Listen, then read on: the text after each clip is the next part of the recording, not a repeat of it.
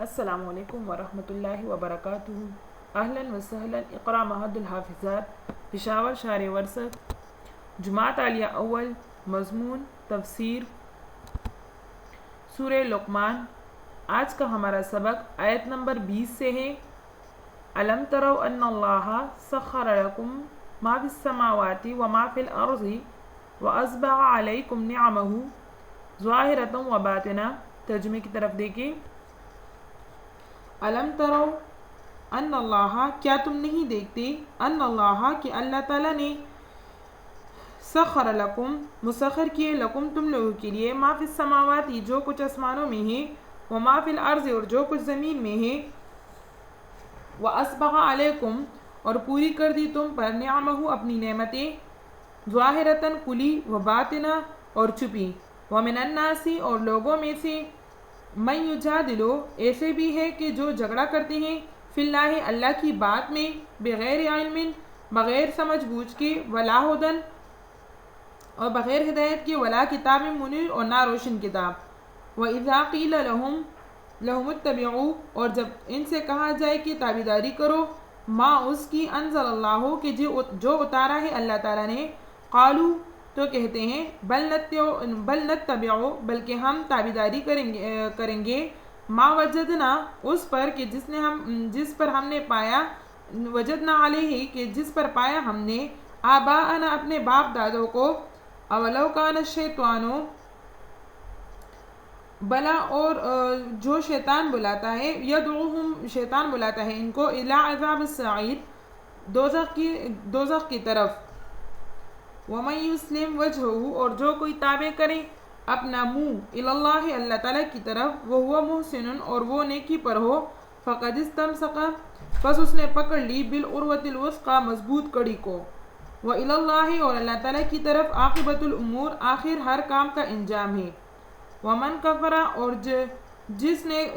کفر کیا اور جو منکر ہوا، فَلَا يَحْزُنْكَ كُفْرُهُ تو غم نہ کر اس کے انکار سے، الینا ہماری طرف، مرجعہم ان کا لوٹنا ہے، فَنُنَبِّئُهُم بِمَا عَمِلُوا بس ہم اس کو خبر دیں گے، بما عملوا جو وہ کرتے تھے، ان اللہ بے شک اللہ تعالیٰ، علیم جانتا ہے، بذات الصدور دلوں کی بات کو، نمتعہم قلیلا ہم فائدہ دیں گے ان کو تھوڑا، ثم نضطرہم پھر پکڑ بلائیں گے ان کو، الی عذاب غلیظ سخت عذاب میں، وَلَئِن سَأَلْتَهُمْ اور اگر تو پوچھے ان سے، من خلق السماوات کہ کس نے پیدا کیے آسمانوں کو، والارض اور زمین کو، لَيَقُولُنَّ اللَّهُ تو کہیں گے کہ اللہ تعالیٰ نے، قُلِ الْحَمْدُ تو کہہ دیجئے کہ سب تعریفیں اللہ تعالیٰ کے لیے ہیں، بل اکثرہم بلکہ اکثر لوگ، لا یعلمون سمجھ نہیں رکھتے، للہ ما فی السماوات اللہ تعالیٰ کے لیے جو کچھ آسمانوں میں ہے، والارض اور زمین میں، ان اللہ بے شک اللہ تعالیٰ، هو الغنی الحمید بے پرواہ ہے اور سب تعریفوں کا سب خوبیوں والا ہے، ولو ان ما فی الارض اور اگر جتنے درخت ہیں زمین میں، من شجرۃ زمین میں درخت ہیں، اقلام یہ قلم ہو، والبحر اور سمندر، یمدہ اس کی سیاہی ہو، من بعدہ اس کے پیچھے، سبعۃ ابحر 7 سمندر ہو، ما نفدت تو ختم نہ ہوں گی، کلمات اللہ اللہ تعالیٰ کی باتیں، ان اللہ بے شک اللہ تعالیٰ، عزیز زبردست ہے، حکیم حکمت والا ہے، ما خلقکم تم سب کا بنانا، ولا بعثکم اور نہ تم سب کا اٹھانا، ما خلقکم ولا بعثکم نہیں ہے تم لوگوں کا پیدا کرنا، ولا بعثکم اور نہ تمہارا اٹھانا، الا مگر کنفس واحدہ ایک نفس کی طرح، ان اللہ بے شک اللہ تعالیٰ، سمیع سننے والا ہے، بصیر دیکھنے والا ہے، الم تر ان اللہ تو نے نہیں دیکھا کہ اللہ تعالیٰ، یولج داخل کرتا ہے، یولج اللیل رات کو، فی النہار دن میں، ویولج النہار فی اللیل اور داخل کرتا ہے دن کو رات میں، وسخر الشمس اور مسخر کر دیا سورج کو، والقمر اور چاند کو، کل یجری ہر ایک چلتا ہے، الی اجل مسمى ایک مقرر وقت تک، وان اللہ اور بے شک اللہ تعالیٰ، بما تعملون جو تم لوگ عمل کرتے ہو، خبیر خبردار ہے، ذالک بأن اللہ، یہ اسی لیے کہا کہ اللہ وہی ہے، هو الحق، وہی ہے ٹھیک، وَأَنَّ مَا يَدْعُونَ، اور جس کسی کو پکارتے ہیں، من دونہ اس کے سوا، الباطل وہ جھوٹ ہے، وَأَنَّ اللہ، اور بے شک اللہ تعالیٰ، هو الغنی، هو العلی الکبیر، سب سے اوپر اور بڑا ہے۔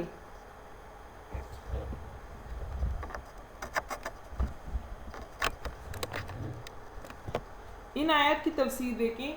أَلَمْ تَرَوْا أَنَّ اللَّهَ سَخَّرَ لَكُم مَّا فِي السَّمَاوَاتِ وَمَا فِي الْأَرْضِ وَأَسْبَغَ عَلَيْكُمْ نِعَمَهُ ظَاهِرَةً وَبَاطِنَةً۔ اس آیت میں اللہ تعالیٰ کے علم اور قدرت کے محیط ہونے اور مخلوق پر اس کے انعامات اور احسانات کا ذکر کر کے پھر توحید کی طرف دعوت دی ہے کہ سخر لکم ما فی السماوات و ما فی الارض، یعنی مسخر کر دیا اللہ تعالیٰ نے تمہارے لیے ان تمام چیزوں کو جو آسمانوں میں ہیں اور جو زمین میں ہیں۔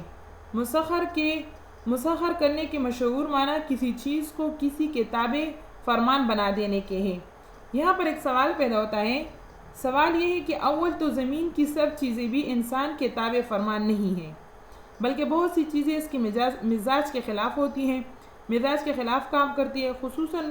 جو چیزیں آسمانوں میں ہیں ان میں تو انسان کے تابع فرمان ہونے کا کوئی احتمال ہی نہیں۔ جواب اس کا یہ ہے کہ دراصل تسخیر کے معنی کسی چیز کو زبردستی کسی کام پر لگا دینا اور اس پر مجبور کر دینا کہ آسمانوں اور زمین کی سب مخلوقات کو انسان کے لیے مسخر کرنے کا مطلب یہ ہے کہ ان تمام مخلوقات کو انسان کی خدمت اور نفع رسانی میں لگا دیا، ان میں بہت سی چیزوں کو اس طرح خدمت میں لگایا کہ ان کو انسان کا تابع بھی بنا دیا کہ وہ انسان جس وقت چاہے ان کو استعمال کر سکتا ہے، اور بہت سی چیزیں ایسی ہیں کہ انسان کے کام میں تو اس کو لگا دیا ہے اور وہ انسان کی خدمت میں لگے ہوئے ہیں، مگر بتقاضائے حکمت ربانی ان کو انسان کے تابع نہیں بنایا گیا، جیسا کہ آسمانی مخلوق، بارش، سورج، بادل وغیرہ یہ انسان کے تابع ہیں، لیکن اس میں اللہ کا راز ہے، یہ انسان کی خدمت میں لگے ہوئے ہیں لیکن یہ انسان کے تابع نہیں ہیں، کیونکہ اس میں اللہ تعالیٰ کا راز ہے کہ اگر ایک انسان کہے کہ سورج نکلے اور دوسرے کو سورج کی ضرورت نہ ہو اور وہ کہے کہ رات ہو، تو ان کا مزاج جدا جدا ہے، اس لیے اللہ تعالیٰ نے ان کو خود مقرر کام میں لگا دیا۔ وَأَسْبَغَ عَلَيْكُمْ نِعَمَهُ ظَاهِرَةً وَبَاطِنَةً، اسباغ کے معنی مکمل کرنے کے ہیں، معنی یہ ہے کہ مکمل کر دیا اللہ تعالیٰ نے تم پر اپنی ظاہری نعمتوں کو اور باطنی نعمتوں کو۔ ظاہری نعمتوں سے مراد وہ نعمتیں ہیں جو انسان اپنے حواس خمسہ سے محسوس اور معلوم کرتا ہے، مثلا حسن صورت، اعضاء انسانی کا اعتدال اور ہر عضو کو ایسے تناسب سے بنانا جو انسان کے عمل میں زیادہ سے زیادہ معین بھی ہو، اور باطنی نعمتیں وہ ہیں کہ جو انسان کے قلب سے متعلق ہو، جیسے ایمان اور اللہ تعالیٰ کی معرفت اور علم و عقل، حسن اخلاق اور گناہوں کی پردہ پوشی اور جرائم پر فوری سزا نہ ملنا وغیرہ۔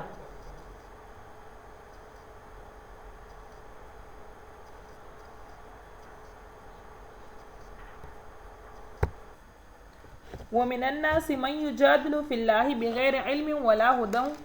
وَلَا كِتَابٍ مُنِيرٍ، یعنی ایسے کھلے ہوئے انعام اور احسان کے باوجود بعض لوگ آنکھیں بند کر کے اللہ تعالیٰ کی وحدانیت میں یا اس کے احکام و شرائع میں جھگڑتے ہیں اور محض بے سند جھگڑتے ہیں، نہ کوئی علمی اور عقلی اصول ان کے پاس ہے اور نہ کوئی ہادی برحق کی ہدایت اور نہ کسی مستند اور روشن کتاب کا حوالہ، صرف اپنے باپ داداؤں کی اندھی تقلید کرتے ہیں، ان کے ساتھ صرف محض باپ داداؤں کی اندھی تقلید ہے۔ وَإِذَا قِيلَ لَهُمُ اتَّبِعُوا مَا أَنزَلَ اللَّهُ قَالُوا بَلْ نَتَّبِعُ مَا وَجَدْنَا عَلَيْهِ آبَاءَنَا أَوَلَوْ كَانَ الشَّيْطَانُ يَدْعُوهُمْ إِلَىٰ عَذَابِ السَّعِيرِ، یعنی جب ان سے کہہ دیا جائے کہ وہ جو کچھ اللہ تعالیٰ نے نازل کیا ہے اس کی تابعداری کرو اور اس کو مانو، تو یہ لوگ کہتے ہیں کہ نہیں، بلکہ ہم اس کو مانیں گے کہ جس پر ہمارے آباء و اجداد چلتے تھے۔ تو یہاں پر فرمایا کہ اگر شیطان تمہارے باپ داداؤں کو دوزخ کی طرف لیے جا رہے ہو تب بھی تم ان کے پیچھے چلو گے اور جہاں وہ گریں گے وہی تم بھی گرو گے۔ وَمَن يُسْلِمْ وَجْهَهُ إِلَى اللَّهِ وَهُوَ مُحْسِنٌ فَقَدِ اسْتَمْسَكَ بِالْعُرْوَةِ الْوُثْقَىٰ، یعنی جس نے اخلاق کے ساتھ نیکی کا راستہ اختیار کیا اور اپنے آپ کو اللہ کے سپرد کر دیا تو سمجھ لو کہ اس نے بڑا مضبوط ہلکا ہاتھ میں تام لیا ہے۔ جب تک یہ پکڑے رہے گا تو گرنے یا چوٹ کھانے کا کوئی اندیشہ نہیں ہوگا۔ وَإِلَى اللَّهِ عَاقِبَةُ الْأُمُورِ، یعنی جس نے یہ کڑا مضبوط تامے رکھا وہ آخر اس کے سہارے سے اللہ تک پہنچ جائے گا اور خدا اس کا انجام درست کر دے گا۔ وَمَا كَفَرَ فَلَا يَحْزُنْكَ كُفْرُهُ إِلَيْنَا مَرْجِعُهُمْ فَنُنَبِّئُهُم بِمَا عَمِلُوا إِنَّ اللَّهَ عَلِيمٌ بِذَاتِ الصُّدُورِ، یعنی تم اپنا علاقہ اللہ تعالیٰ سے جوڑے رکھو، تم اپنا تعلق اللہ تعالیٰ سے جوڑے رکھو، کسی کے انکار اور تکذیب کی پرواہ نہ کرو۔ منکرین کو بھی بالآخر ہمارے پاس ہی آنا ہے، اس وقت سب کیا درا سامنے آ جائے گا، کسی جرم کو وہ اللہ تعالیٰ سے چھپا نہ سکیں گے، وہ تو دلوں تک کے راز جانتا ہے اور سب کھول کر رکھ دے گا۔ نُمَتِّعُهُمْ قَلِيلًا ثُمَّ نَضْطُرُّهُمْ إِلَىٰ عَذَابٍ غَلِيظٍ،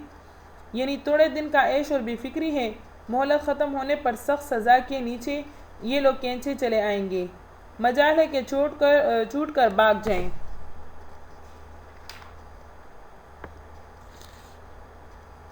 لِلَّهِ مَا فِي السَّمَاوَاتِ وَالْأَرْضِ إِنَّ اللَّهَ هُوَ الْغَنِيُّ الْحَمِيدُ۔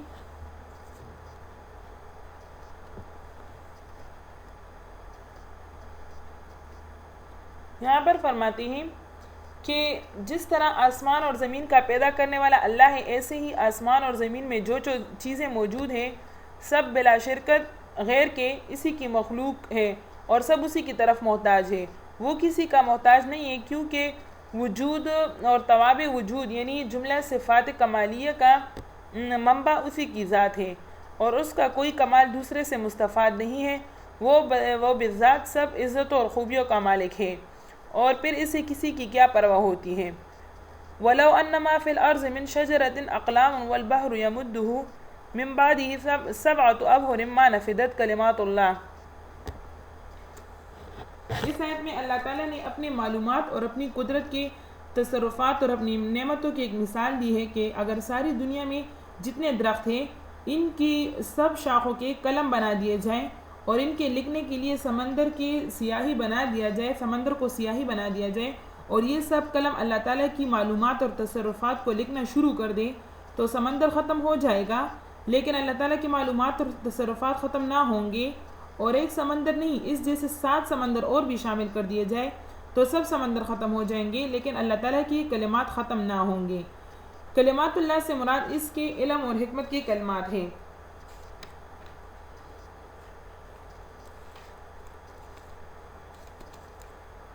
بعض روایت میں آتے ہیں کہ یہ آیت احبار یہود کے ایک سوال کے جواب میں نازل ہوئی۔ وجہ یہ تھی کہ قرآن پاک کی آیت وَمَا أُوتِيتُم مِّنَ الْعِلْمِ إِلَّا قَلِيلًا، یعنی تمہیں نہیں دیا گیا مگر تھوڑا سا علم،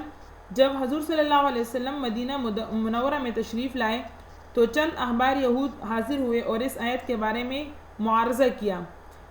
تو آپ صلی اللہ علیہ وسلم جو کہتے ہیں کہ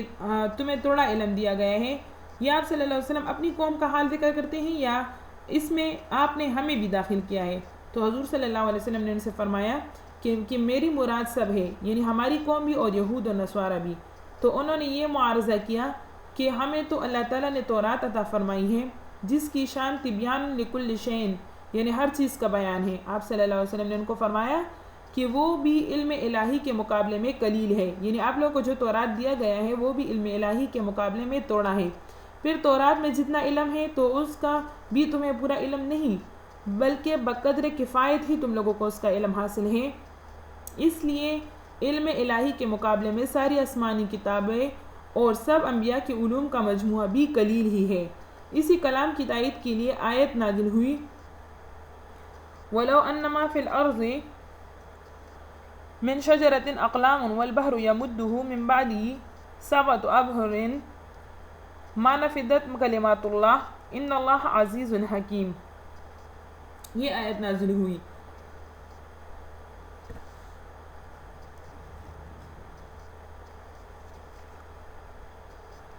یہاں پر پھر فرماتی ہیں کہ کیا تم نہیں دیکھتے کہ اللہ تعالیٰ وہی اللہ تعالیٰ داخل کرتا ہے رات کو دن میں اور دن کو رات میں، سب اسی کی قدرت سے چلتے ہیں۔ وہی اللہ تعالیٰ ہے کہ جس نے سورج اور چاند کو اپنے اپنے کاموں میں لگا رکھا ہے، اور ہر ایک یعنی سورج اور چاند ہر ایک سب کچھ ایک مقرر وقت تک اپنے اپنے کام کے مطابق چلتے رہتے ہیں۔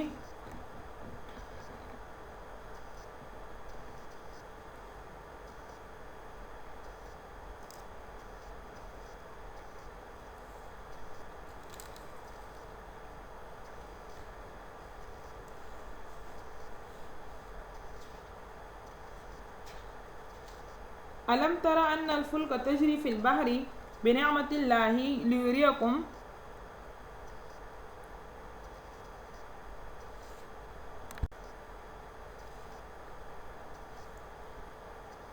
علم ترا کیا تو نے نہیں دیکھا ان الفلکا کے جہاز تجری چلتے ہیں فی البحر سمندر میں بنعمت اللہ اللہ کی نعمت لے کر لیوریکم تاکہ دکھائے تم کو من آیاتی ہی تم کو کچھ اپنی قدرتیں ان فی ذالک بے شک اس میں لآیات نشانیاں ہیں لکل صبار ہر ایک تحمل کرنے والے کے لیے شکور احسان ماننے کے والے کے واسطے وَإِذَا غَشِيَهُمْ جب سر پر آئے موجن ان کے موج کالظلل بادل جیسے دعوا اللہ تو پکارنے لگے اللہ تعالیٰ کو مخلصین خالص کر کے لہ الدین اسی کے لیے بندگی فلما نجاہم پھر جب بچا دیا ان کو الی البر جنگل کی طرف خشکی کی طرف فمنہم تو بعض ان میں سے مقتصد میانہ رو ہوئے وما یجحد بآیاتنا اور منکر وما یجحد اور انکار نہیں کیا بآیاتنا ہماری قدرتوں سے الا مگر کل خطارن جو کہ جھوٹ کے جو قول کے جھوٹے ہیں کفور اور حق نہ ماننے والے ہیں۔ یہاں پر فرماتے ہیں کہ علم تر ان الفلک تجری فی البحر بنعمت اللہ لیریکم من آیاتہ یعنی جہاز باری باری سامان اٹھا کر اللہ تعالیٰ کی قدرت اور فضل و رحمت سے کس طرح سمندر کی موجوں کو چیرتا ہو پاڑتا ہوا چلا جاتا ہے۔ ان فی ذالک لآیات لکل صبار شکور یعنی بحری سفر کے احوال اور حوادث میں غور کرنا یہ انسان کے لیے صبر اور شکر کے مواقع پہنچاتا ہے۔ جب طوفان اٹھ رہے ہوں اور جہاز پانی کے تپڑوں میں گرا ہوا ہو اس وقت بڑے صبر و تحمل کا کام ہے، اور جب اللہ تعالیٰ نے اس کشمکش موت و حیات سے صحیح سالم اس کو نکال دیا تو ضروری ہے کہ اس کا احسان مانا جائے۔ وَإِذَا غَشِيَهُمْ مَوْجٌ كَالظُّلَلِ دَعَوُا اللَّهَ مُخْلِصِينَ لَهُ الدِّينَ۔ اوپر دلائل و شواہد سے سمجھایا تھا کہ اللہ ایک اللہ ہی کا ماننا ٹھیک ہے، اس کے خلاف اور سب باتیں جھوٹی ہے۔ یہاں بتلایا کہ طوفانی موجوں میں گر کر مشرک بھی بڑی اخلاص کے ساتھ اللہ کو پکارنے لگتا ہے۔ معلوم ہوا کہ انسانی ضمیر اور فطرت کی اصلی آواز یہی ہے، باقی سب بناوٹ اور جھوٹے ہیں۔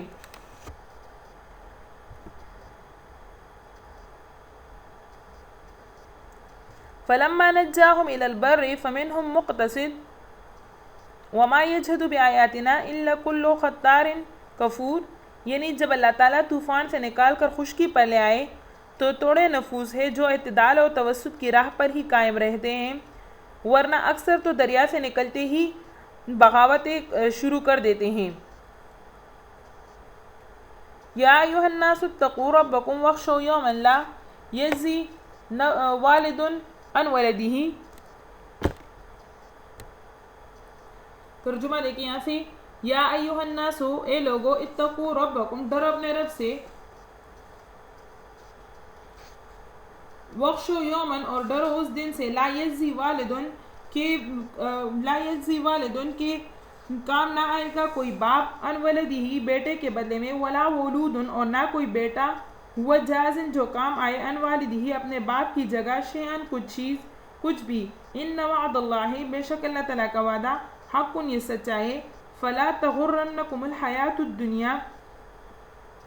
سو دھوکے میں نہ ڈالے تم کو دنیا کی زندگی، ولا یغرنکم باللہ اور نہ دھوکے میں ڈالے تم کو اللہ کے نام سے الغرور دغاباز۔ ان اللہ بے شک اللہ تعالیٰ اللہ تعالیٰ کے عندہ اللہ تعالیٰ کے پاس علم الساعہ قیامت کی خبر ہے، وینزل الغیث وہ اتارتا ہے بارش کو، ویعلم اور جانتا ہے ما فی الارحام جو ماں کے پیٹ میں ہے، وما تدری نفس اور نہیں معلوم کسی نفس کو، ماذا تکسب غدا کہ کل کیا کرے گا، وما تدری نفس اور کسی کو نہیں معلوم، کسی نفس کو نہیں معلوم، بأی ارض تموت کہ کس زمین پر وہ مرے گا، ان اللہ بے شک اللہ تعالیٰ علیم خبردار، علیم جاننے والا ہے، خبیر خبردار ہے۔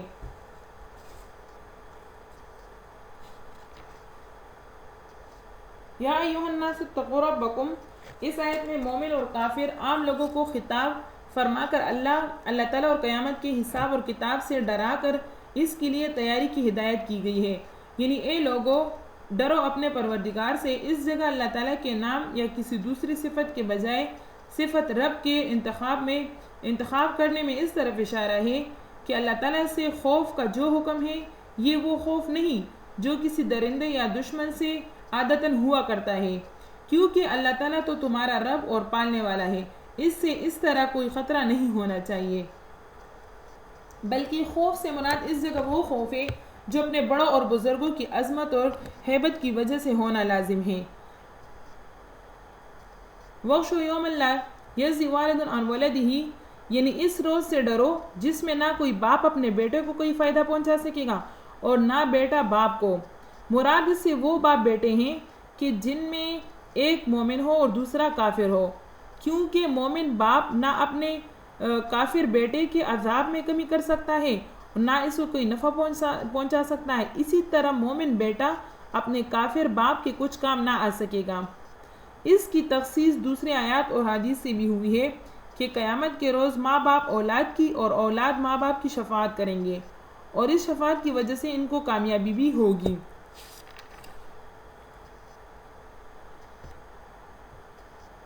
پھر فرمایا ان اللہ عندہ علم الساعہ وینزل الغیث ویعلم ما فی الارحام،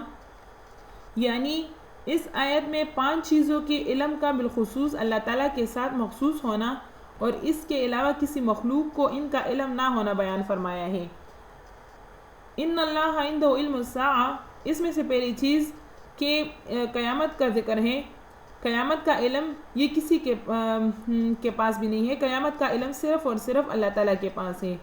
ینزل الغیث، بارش برساتا ہے، بارش اتارتا ہے، یعنی اللہ تعالیٰ بارش اتارتا ہے، اس میں بارش کے اتارنے کا ذکر ہے۔ بارش کا علم جو موسمیات والے ذکر کرتے ہیں وہ بھی امکان کا لفظ استعمال کرتے ہیں کہ بارش کا امکان ہے کہ شاید کل بارش ہو جائے۔ وَيَعْلَمُ مَا فِي الْأَرْحَامِ، رحم میں کیا ہے یہ بھی صرف اللہ تعالیٰ کو معلوم ہے، اس کا علم صرف اسی کے پاس ہی ہے۔